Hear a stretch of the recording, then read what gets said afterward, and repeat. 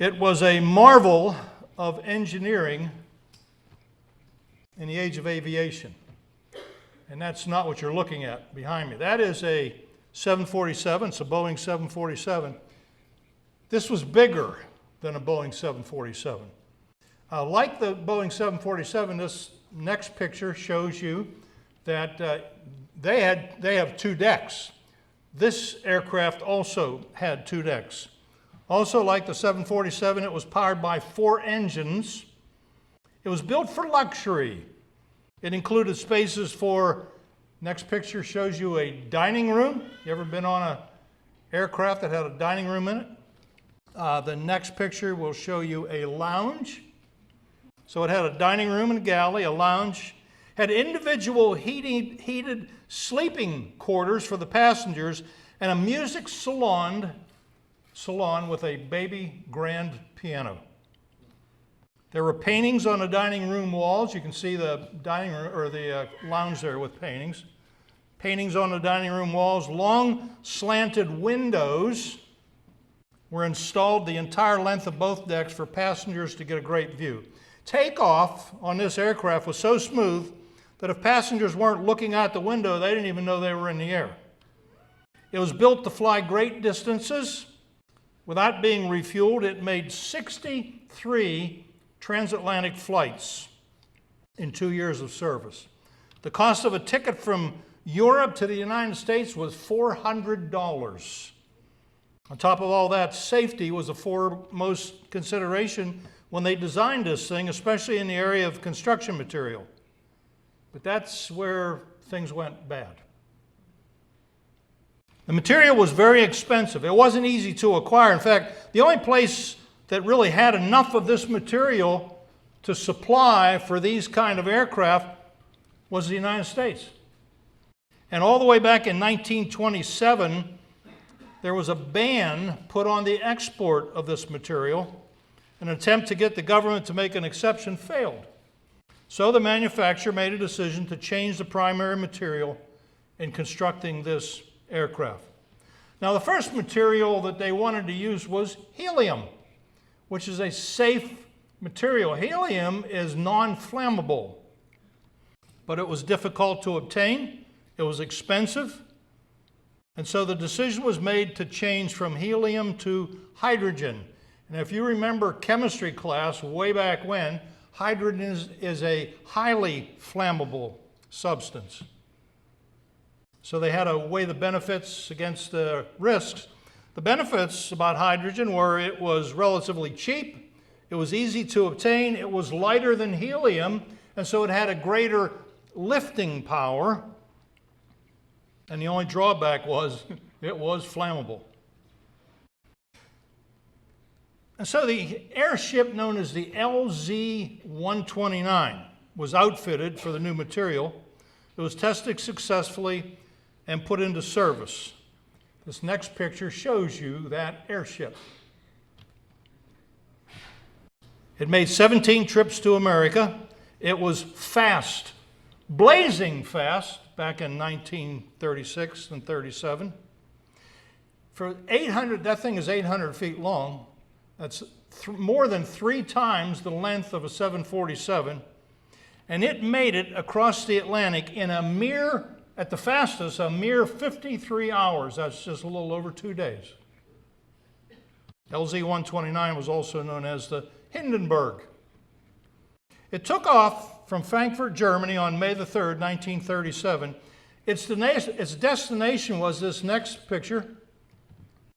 That's the Lakehurst Naval Air Station in Lakehurst, New Jersey. And that actually, you can see in that picture, there are 2 dirigibles. The Hindenburg was not one of them on this day, but the Hindenburg was on its way. After 3 days of flying across the Atlantic, it finally arrived on May the 6th. The headwinds slowed it down a little bit, so instead of taking 2 days, it took 3 days. When it got to the airstrip, the final approach to the air landing was cleared at 7 p.m. on May the 6th. The airship descended to an altitude of 180 feet, so it's 180 feet in the air. At 7:29, 2 landing lines were dropped from the nose of the aircraft to the ground crew. 4 minutes later, the Hindenburg burst into flame, and that's our next picture. It fell to the ground in 37 seconds.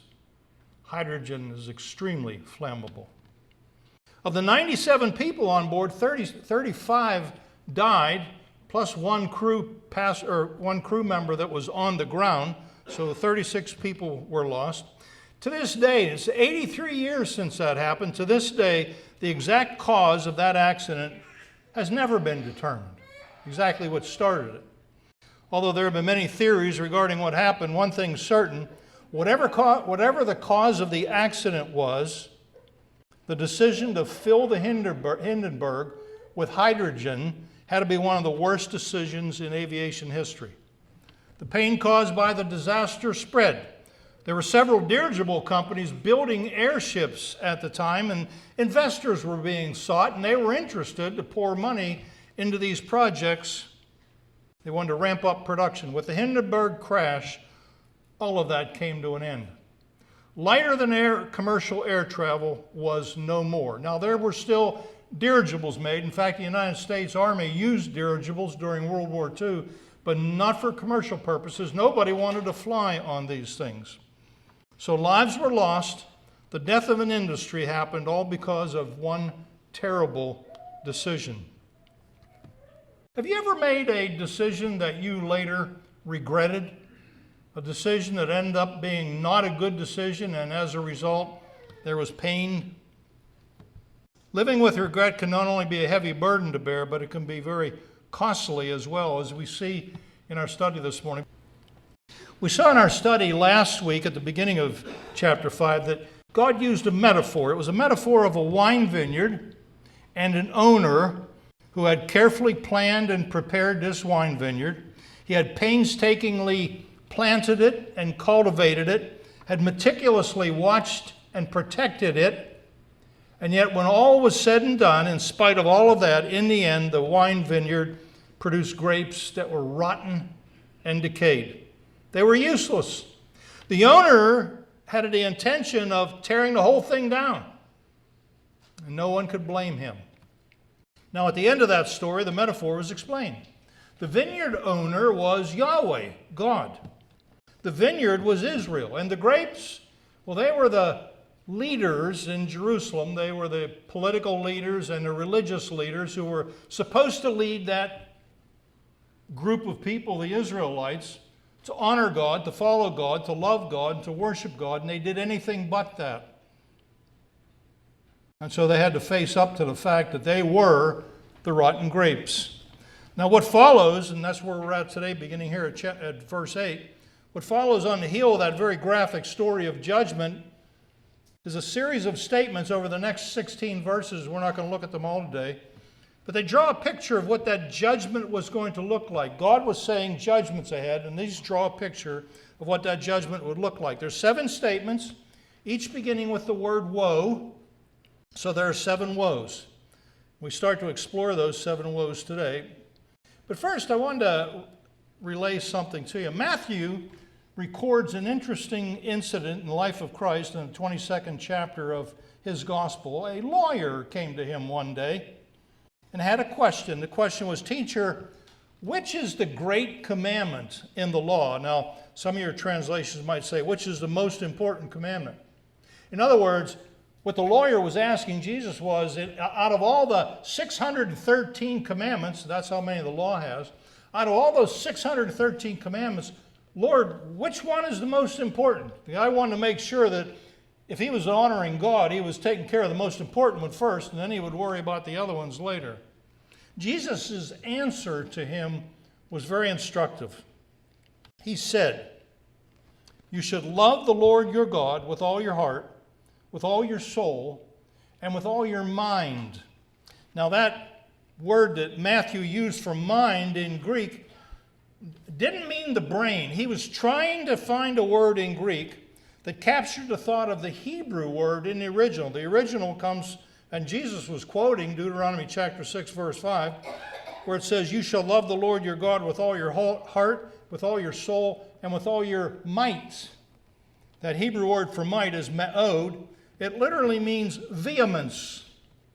In other words, the point that God made in Deuteronomy chapter 6 and the point that Jesus was trying to emphasize in Matthew chapter 23 or chapter 22 was that we are supposed to love God with everything that we have.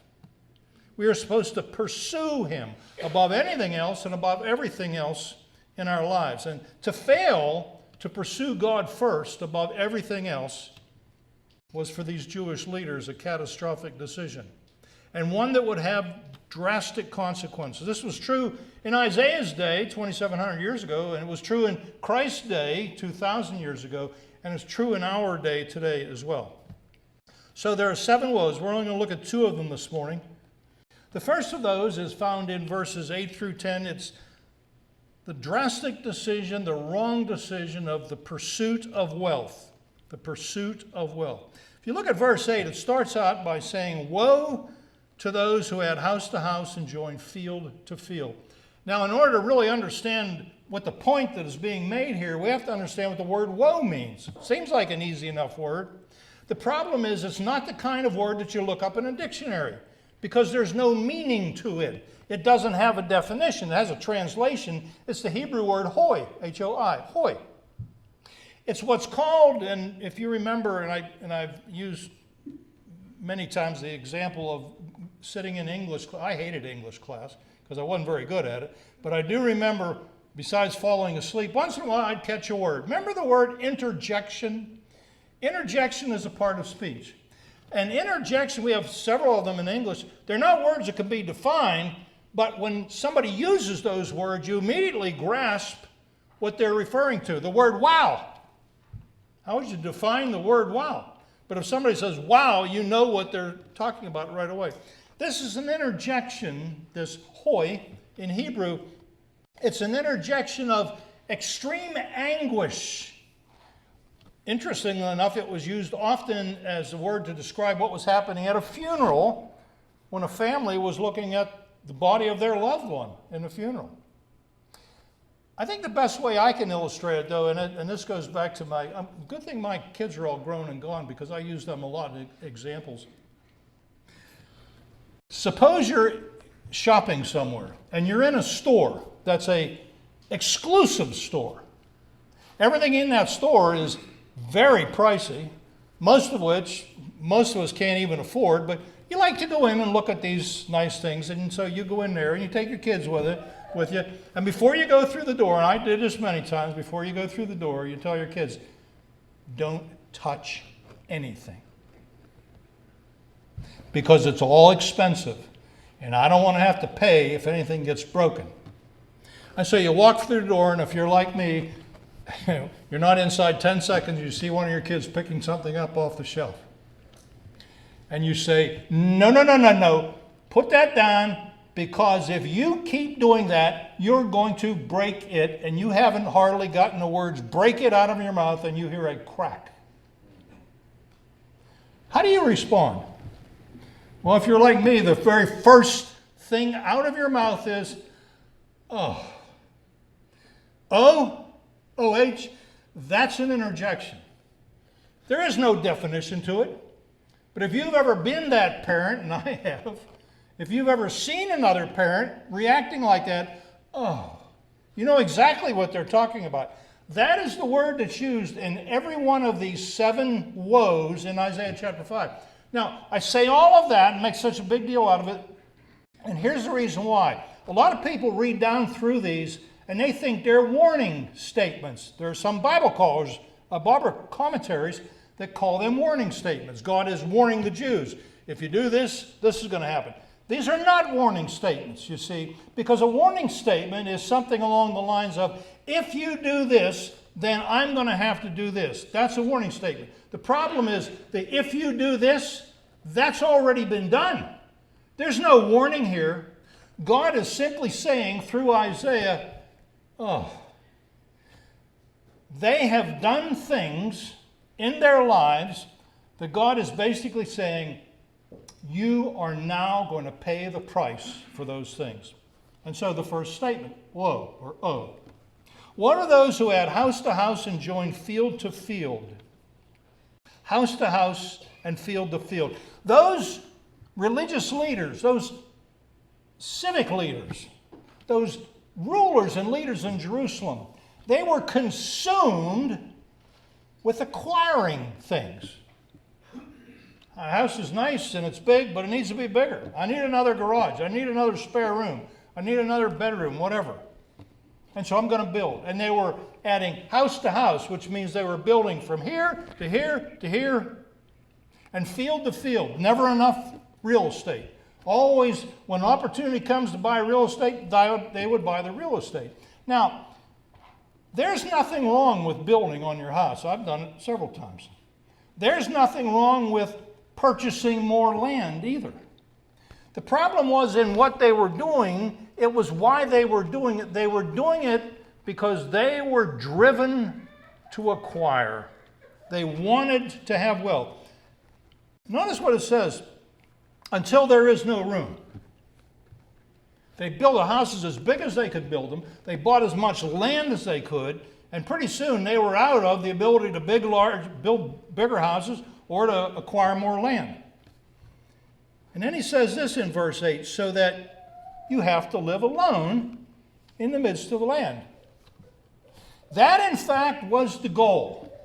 That, in fact, is still the goal in some people's lives today. You know, the dream is, I want a big house, lots of space.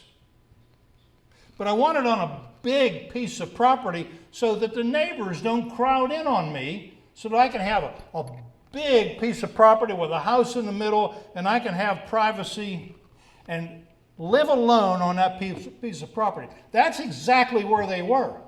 They were consumed with the idea of acquiring. Never can have enough house, never can have enough land. And then look at verse 9. Isaiah says this, in my ears, the Lord of hosts has sworn. In other words, he's saying, I can hear God talking in my ears. This is what he's saying. Surely many houses shall become desolate. Those houses that have been built on and on and on, they're going to be empty. Many houses shall become desolate, continuing in verse 9, even great and fine ones, without occupants. They will be emptied. Why? Because the occupants will be gone. Where are they going? About 150 years from the time that Isaiah spoke those words and wrote those words, the Babylonian captivity began. And I've shared this with you before. 3 waves. Nebuchadnezzar brought over his massive army and came into Jerusalem. He took captives the first time and went back, 605. He came back again, 597, took more captives and went back. He came back again, 586. This time, he was steaming. He destroyed the city, tore down the temple, and took everybody else that he could find, and they all went to Babylon, where they stayed for 70 years. Now, they didn't all go. There were apparently a few leftovers who either, maybe they hid when Nebuchadnezzar came, or maybe they knew that he was coming, and so they fled from the city and came back after everybody else was gone. There were a few people left in the city. How do we know that? Look at verse 10. For 10 acres of vineyard will yield only 1 bath of wine. There would be people still in Jerusalem, around Jerusalem, just a few of them. Most of them are gone, but the few that are living there have to make some provision to be able to eat, right? And so they're planning putting food in the ground. They're planting vineyards to produce wine to drink. It says 10 acres of vineyard will yield only 1 bath of wine. Do you know how much a bath of wine is? It's about, give or take, about 10 gallons. That's 2 5-gallon buckets. On 10 acres of vineyard, you get 2 5-gallon buckets of wine. I had to look this up because I didn't know how much a vineyard normally produces on an acre. You know what I found? At the minimum, if you have, maybe you don't know how to do what you're doing, or the weather's been bad, or the ground is bad, or something, at the minimum, you should be able to get 140 gallons of wine out of an acre. 140 gallons of wine. 140 gallons of wine. And they're getting 10 gallons of wine out of an acre. And then he goes on. He says, a homer of seed will yield but an ephah of grain. Probably most of you don't have a homer measure at home or an ephah. I will tell you this, a homer is 10 times bigger than an ephah. An ephah is 1/10 of a homer. So what that means is, these people are planting seed. They want to grow grain to eat, wheat and oats or whatever else. They're planting 10 bushels at the beginning of the season. At the end of the season, from those 10 bushels, they get 1 bushel of wheat.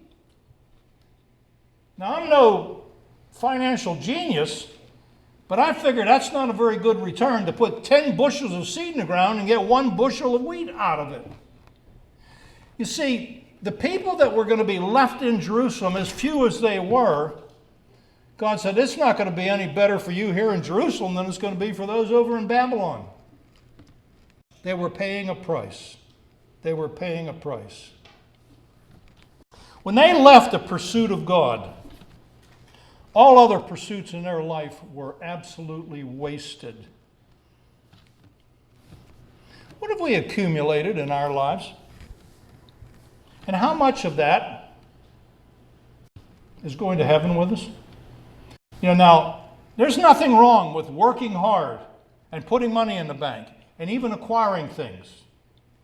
A house, a vehicle, or more than one vehicle. Whatever else you might happen to obtain. There's nothing wrong with that.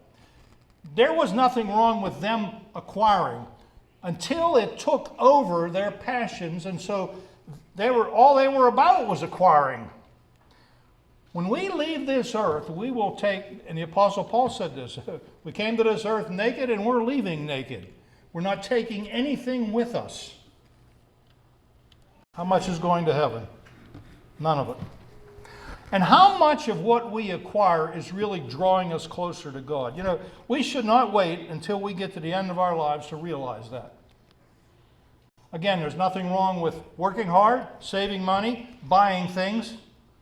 But we have to keep in mind, what is the pursuit of our life all about? Is it to work hard and earn money and buy things, or is it to go after God, to know God better, to get closer to God? So the first woe was to those who all they were doing was being consumed with wealth. The second woe, which starts in verse 11, is the pursuit of leisure and pleasure. The first group were pursuing wealth. The second group were pursuing leisure and pleasure. Look at verse 11. Woe, and again it's to those who rise early in the morning and that they may pursue strong drink. To rise early in the morning for the purpose of drinking. That was what got them out of bed in the morning, for the purpose of pursuing strong drink. And then he says, who stay up late eating that wine may inflame them. So these were people, the first thing in the morning they thought about was drinking. The last thing, and they even stayed up later than they should go to bed. The last thing at night they thought about was drinking. Who rise up early in the morning that they may pursue strong drink. Who stay up late in the evening that wine may inflame them. And then he says in verse 12, their banquets are accompanied by lyre and harp, by tambourine and flute and wine. Musical instruments and more wine. You know what that is? That's party time. Their lives had become consumed with partying. Those big houses and all that property. Probably had a large room in there, invited all their friends and all their family. Come on over, we're having another party. What, another party? You just had one last night. Yeah, we're having one tonight too, and we're going to have one tomorrow night too. Day after day after day. That's what they pursued in their lives, leisure. Yeah, middle of verse 10. Verse 12. But they do not pay attention to the deeds of the Lord, nor do they consider the work of his hands. They had no care about what God was doing. Now, it wasn't that they didn't believe in God, and it wasn't that they weren't living religious lives. It's just that their minds and their hearts were so gripped by the pursuit of wealth and the pursuit of leisure and pleasure that God simply took a back seat in their lives. And that was a decision that was disastrous. Disastrous. Look at verse 13.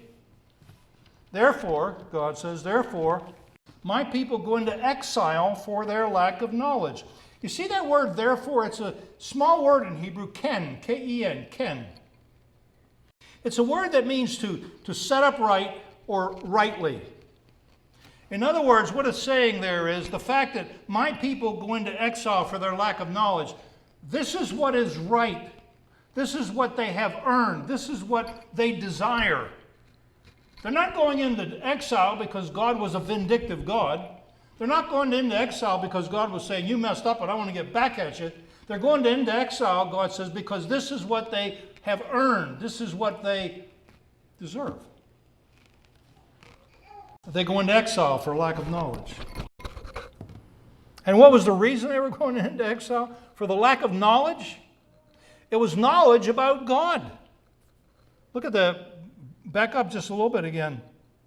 In the end of verse 12. They do not pay attention to the deeds of the Lord, nor do they consider the work of his hands. They really didn't care to know more about God, not who he was or what he was doing.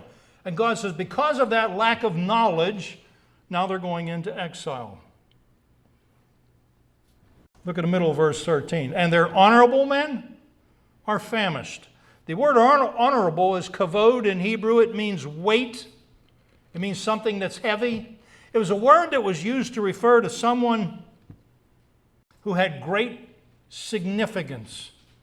Someone had a big house on the hill. Someone had a lot of property. They were looked up to by the community. Everybody knew so-and-so up on the hill. Well, the guy with the biggest house, yeah, I know him. He's my friend. They were really somebody in their community.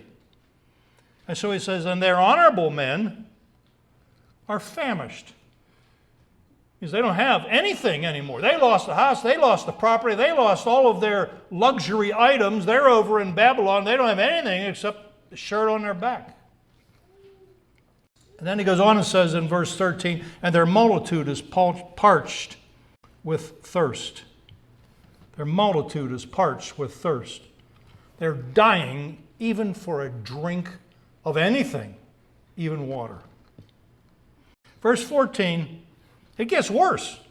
Verse 14 says, therefore Sheol has enlarged its throat and opened its mouth without measure. Now Sheol is a Hebrew word. It can be translated a lot of ways. Sometimes it's translated as the grave, Sheol, that you dig a hole in the ground and put a body in it when the person dies. That's Sheol. Also translated as the pit or the place of the dead. That's the way that most Hebrews thought of the word Sheol. It was the place where dead people go. You see, they didn't have as clear an understanding of the distinction between heaven and hell that we do today. And that's because we have the New Testament and all of Jesus' teachings to explain all that. They didn't have all that. So what they knew was somebody died, you put the body in the ground, and wherever they were, that was where the dead were, the place of the dead, Sheol. And so Isaiah says here in verse 14, Sheol, this place of the dead, what's it done? It's enlarged its throat and opened its mouth without measure. Sheol, the place of the dead, is hungry, and it will gobble up everyone it can. These people are paying such a huge price for not worshiping and not following and not pursuing God. And then he goes on in the middle of verse 14, he says, and Jerusalem's splendor, her multitude, everything she had. We can't even imagine what that temple was like. Gold everywhere. Gold everywhere you look. When you went in, you look at the front of the temple, there was gold on it. You went inside the temple, there was gold everywhere you looked. The utensils, a lot of them were made out of gold. I mean, it spoke wealth and money. And that was all gone. That was all gone.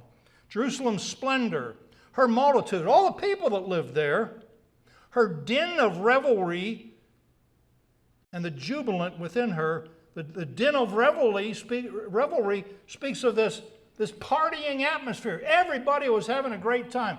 The economy was good. People were making money. They were buying land. They were making bigger houses. They had everything they possibly wanted. God says, and the din of revelry And the jubilant within her, the happy people, the delightful people, the people that were saying, they get up every morning and say, look at everything I have. Life is good. Life is good. God said, that's all gone. They descend into it. They were going into this place of the dead. A lot of those people would die. Verse 15 says, so the common man will be humbled, and the man of importance abased.